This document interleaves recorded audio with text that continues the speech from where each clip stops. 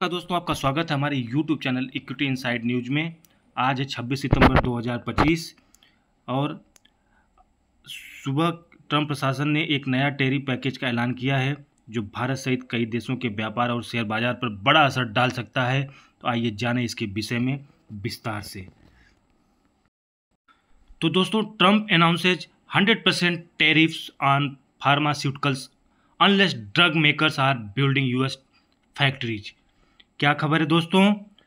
Trump ने pharmaceutical imports पर 100% tariff लगाने की घोषणा की है यदि कंपनियां यूएस में नए प्लांट्स नहीं बना रही हैं तो।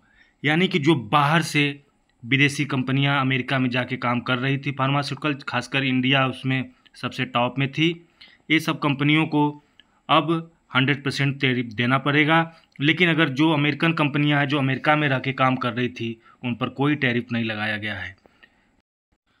साथ ही ट्रंप ने हैवी ट्रक्स पर 25%, किचन कैबिनेट बाथरूम पर 50%, ऑफ होल्स्टेटेड फर्नीचर पर 30% टैरिफ लगाया है, जो कि आप न्यूज में भी देख सकते हैं कि Trump to put import taxes on pharmaceutical drugs, kitchen cabinet furniture and heavy trucks.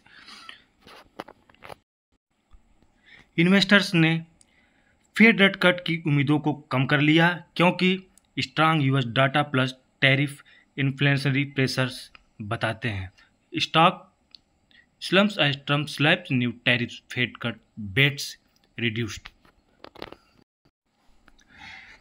Bharat पर संभावित प्रभाव क्या पड़ सकते हैं? तो भारतीय फार्मास्यूटिकल एक्सपोर्ट जैसे doctor Reddy's, Sun Pharma, Cipla आदि को बड़ा झटका लग सकता है क्योंकि यूएस भारत की दवाओं का बड़ा बाजार है।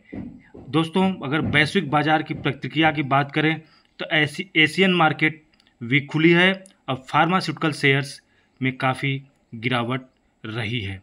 आगे अगर हम बात करें कि इंपोर्ट कॉस्ट में बढ़ोतरी और सप्लाई चेन कटौती और प्राइजिंग प्रेशर होने से अन्य सेक्टर जैसे फर्नीचर, होम अप्लायंस पर भी दबाव हो सकता है।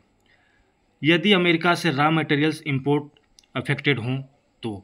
आगे बात करते हैं निवेशक और ट्रेडर्स को क्या करना चाहिए।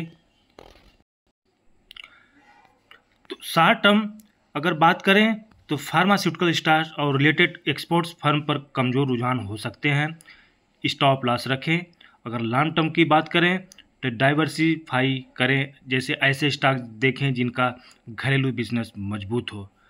मॉनिटर करें भारत सरकार को, ट्रेड बॉडीज की प्रतिक्रिया और पॉसिबल रिलीफ नेगोशिएशंस का। जोखिम कारक और अवसर संभावित रिस्क क्या हो सकते हैं? तो दोस्तों, इन्फ्लेशन बढ़ना, global supply chain interruptions, retaliation, trade policies, अवसर आदि। यदि कोई कंपनी पहले से यूएस में मैन्युफैक्चरिंग तय कर रही हो वो एडवांटेज में हो सकते हैं। यानी कि जोखिम क्या क्या है?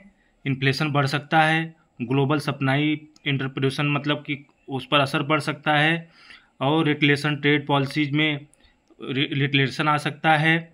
और अवसर की बात करें यदि तो कोई कंपनी पहले से यूएस में मैन्युफैक्चरिंग तय कर रही हो तो वो एडवांटेज में रह सकती है क्योंकि उस पर टैरिफ 100% नहीं लगा है। देसी दवाइयाँ, चिकित्सा उपकरण कंपनियाँ जो यूएस डिपेंडेंसी पर हैं वो कम कर सकती हैं, उन्हें भी देख सकते हैं आप। अगर हम मार्केट मूव की बात करें तो निफ्टी सेंसेक्स ओपनिंग में वीक हो सकता है। सपोर्ट जोन्स जो दिख रहे हैं वो निफ्टी के 24,800 से 24,900 पर, और अगर बाउंस हो तो रेसिस्टेंस जो बनेगा वो बनेगा 25,200 से 25,300 तक हो सकता है। ट्रेंड रिवर्सल के लिए वॉल्यूम और मोमेंटम देखना पड़ेगा। अगर हम निष्कर्ष की बात करें तो दोस्तों, ये थी आज सुबह की बड़ी खबरें जिसमें ट्रंप का नया टैरिफ पैकेज और भारत और वैश्विक मार्केट पर इसके गंभीर असर पड़ेंगे। यदि आपको यह वीडियो पसंद आई हो तो लाइक और शेयर करें, इक्विटी इनसाइड न्यूज़ को सब्सक्राइब करें। फिर शाम 7:30 बजे आपसे मिलते हैं एक और अपडेट के साथ। धन्यवाद दोस्तों। बोलने में कोई त्रुटि अगर हो तो उसे माफ़ करें।